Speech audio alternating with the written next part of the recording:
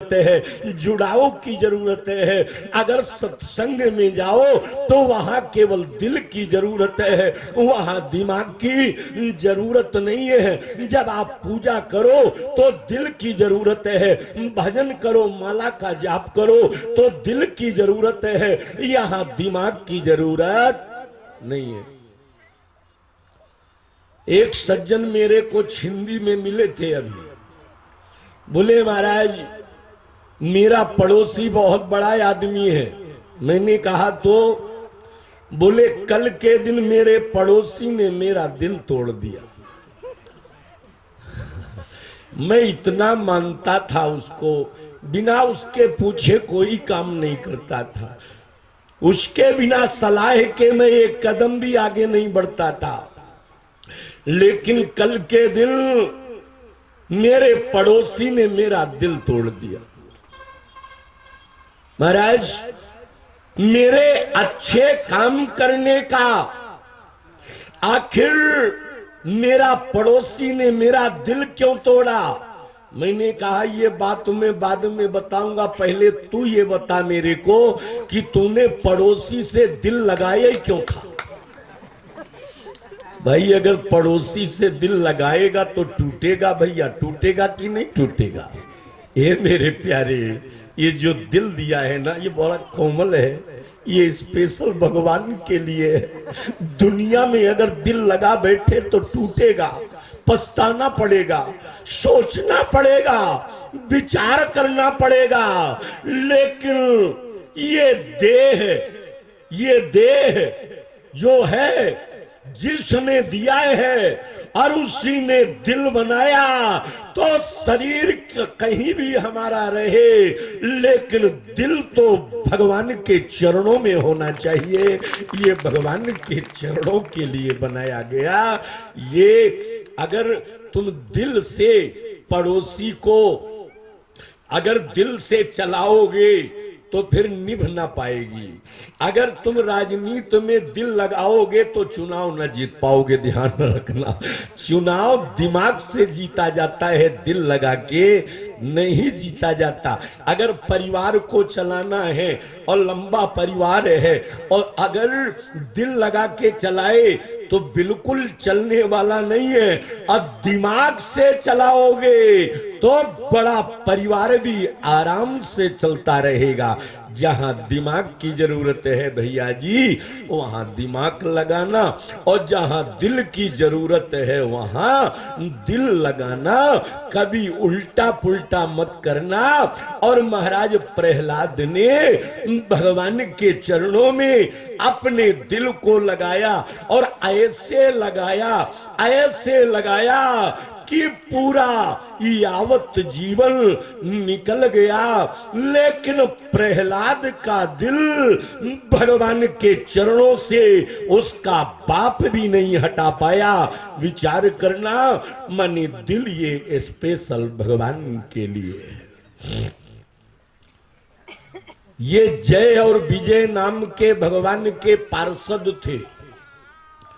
एक का नाम जय और दूसरे का नाम विजय। बैकुंठ के ये दोनों पहरेदार हैं। और जैसे भगवान दिखते हैं वैसे ही जय और विजय ये भी दोनों पार्षद भी भगवान के पहरेदार वैसे ही दिखते हैं। एक बार 4 संत सनक, सनंदन, सनातन और सनत कुमार वैकुंठ में भगवान के दर्शन करने के लिए गए। और जब वैकुंठ में पहुंचे और अंदर जाने लगे तो द्वारपालों ने रोक दिया। द्वारपालों ने कहा महाराज आप रुको, मैं भगवान से पूछ करके आता हूं। अगर वो आदेश देंगे तो फिर आप अंदर चले जाना।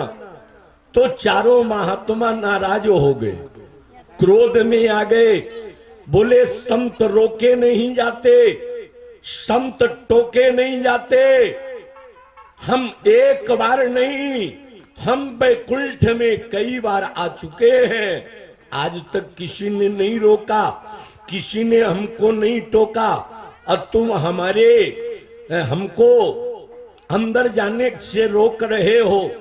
बोले महाराज ये तो बताओ, अगर संत रोके नहीं जाते, असंत टोके नहीं जाते, तो हे संतो मेरी प्रार्थना ये है, पहले ये बताओ कि वैकुंठ में संत आते हैं कि असंत? समझना जरा। बोले वैकुंठ में तो संत ही आते हैं, अच्छे लोग आते हैं।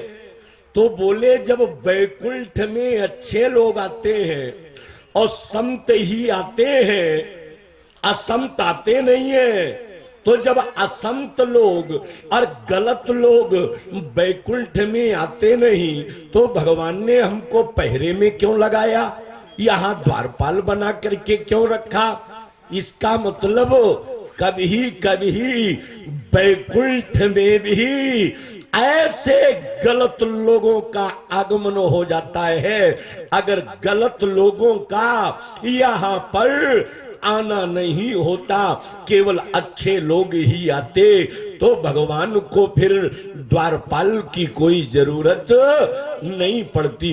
महाराज आप थोड़ी देर रुको और मैं जाता हूँ और जाकर के भगवान से पूछ करके आता हूँ। उनको इतनी जल्दी पड़ी थी दर्शन करके और हमको जल्दी लौटना है और तुमने मेरे रास्ता को रोका। जाओ, मैं तुमको श्राप देता हूँ। और अपने कमंडल से अंजुली में जल निकाला और जल निकाल करके वो दोनों जय और विजय, ये दोनों द्वारपालों को आवेश में आकर के और क्रोध में आकर के और श्राप दे दिया। जाओ, आज तुमने मेरे रास्ता को रोका, मुझको दर्शन करने के लिए नहीं जाने दिया, मैं तुमको ये श्राप देता हूँ, तुम वैकुंठ के योग्य नहीं हो। जाओ और जाकर के मृत्यु लोक में तुम्हारा जन्म हो, अब तुम दोनों राक्षस हो जाओ। राक्षस बनने का श्राप दे दिया। जब राक्षस बनने का श्राप दे दिया और थोड़ा शोरगुल सुनाई पड़ा, तो भगवान श्री हरि विष्णु अंदर से बाहर आ गए और देहरी पर खड़े हो गए। समझना जरा भागवत के मर्म को। और देहरी पर वैकुंठनाथ और खड़े होकर के कहने लगे, बोले सनकादिक ऋषियों, तुमने बड़ा उत्तम कार्य किया है, बहुत अच्छा कार्य किया है। इन द्वारपालों ने तुमको अंदर नहीं आने दिया, तो तुमने श्राप दे करके इनको राक्षस बना दिया। बहुत अच्छा काम किया है, बहुत बढ़िया किया है। लेकिन भगवान जब श्राप देने वाले और सनकादिक ऋषियों की बड़ाई करने लगे, लेकिन सनकादिक ऋषियों ने सोचा भगवान बड़ाई तो कर रहे हैं हम लोगों की, लेकिन देहरी पर खड़े हैं, ना बाहर आ रहे ना अंदर जा रहे। मतलब जब सनकादिक ऋषियों ने ये दृश्य देखा कि भगवान अंदर से बाहर तो आ गए, लेकिन देहरी में खड़े हैं और ना तो बाहर आ रहे और ना अंदर जा रहे, तो सनकादिक ऋषियों ने सोचा आखिर कारण क्या है। और भगवान देहरी पर खड़े हो करके ये बताना चाहते हैं, ये सनकादिक ऋषियों, इतने अच्छे और महान संत हो करके भी अगर तुमने क्रोध नहीं छोड़ा तो तुम वैकुंठ में अंदर आने लायक नहीं हो। इसलिए भगवान देहरी पर खड़े रहे और सनकादिक ऋषियों को महाराज अंदर नहीं जाने दिया। सनकादिक ऋषि बाहर खड़े रह गए। वो दोनों रोने लगे, भगवान से प्रार्थना करने लगे। देखो ये राम रतन आ गए। संतोष भैया, जनता भले कम होए लेकिन कथा कम नहीं होती बाबूजी कभी। कथा तो बराबर होती है। ये जो विद्वान बैठे हैं ना, इनका कथा में अभी मन नहीं लग रहा, क्योंकि इनको चाहिए जनता खूब है ना, तब इनका बोलने में मन लगता है।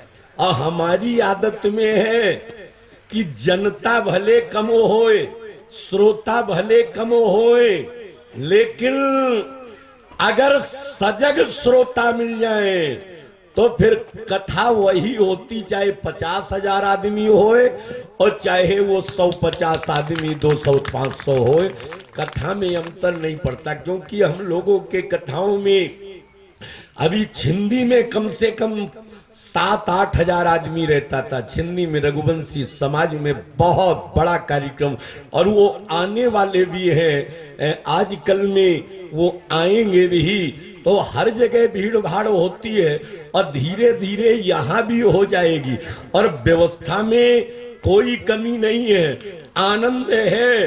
और जितने आप लोग आ गए हो सब भगवान के प्रेमी लोग हो, और जो व्यवहारी लोग हैं वो बाद में आएंगे, लास्ट में। पवार जी के हमारे जो व्यवहारी हैं वो लास्ट में आएंगे, वो बाद में आएंगे।